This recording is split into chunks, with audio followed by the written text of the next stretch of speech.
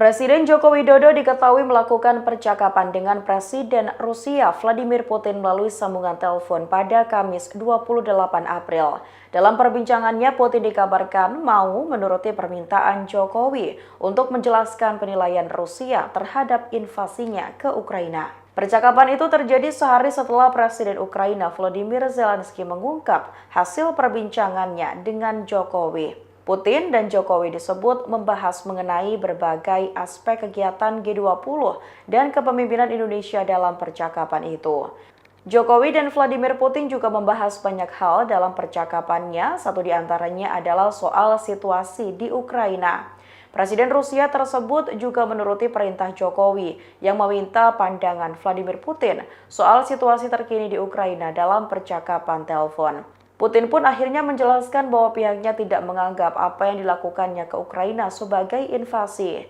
Rusia menganggap apa yang mereka lakukan adalah operasi militer khusus. Bahkan mereka menyebut tak pernah menyasar warga sipil dalam operasi ini. Dalam percakapannya, kedua pemimpin negara tersebut juga sepakat untuk melanjutkan kontak pada masa mendatang. Seperti diketahui bahwa Jokowi juga sempat menghubungi Presiden Ukraina Volodymyr Zelensky pada 27 April.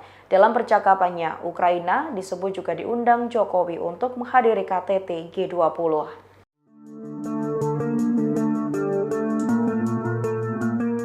Presiden Joko Widodo telah melakukan percakapan dengan Presiden Rusia Vladimir Putin pada Kamis 28 April 2022. Dalam kesempatan ini, kedua kepala negara membahas kerja G20 dan situasi di Ukraina, termasuk Putin menjelaskan tujuan operasi militer khususnya ke Ukraina kepada Presiden Jokowi.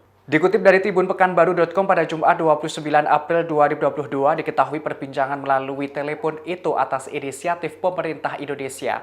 Layanan pers Kremlin melaporkan kegiatan kedua kepala negara. Ada sejumlah hal yang dibahas oleh kedua kepala negara.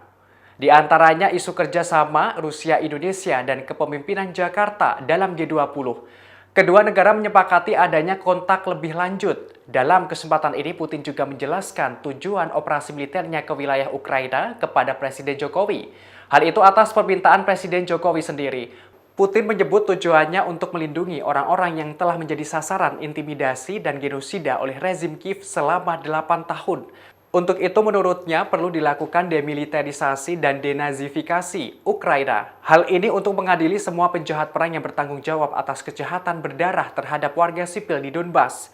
Diketahui Kementerian Pertahanan Rusia menegaskan militernya hanya menyerang infrastruktur militer dan pasukan Ukraina. Tujuan utama militer Rusia adalah pembebasan Donbas.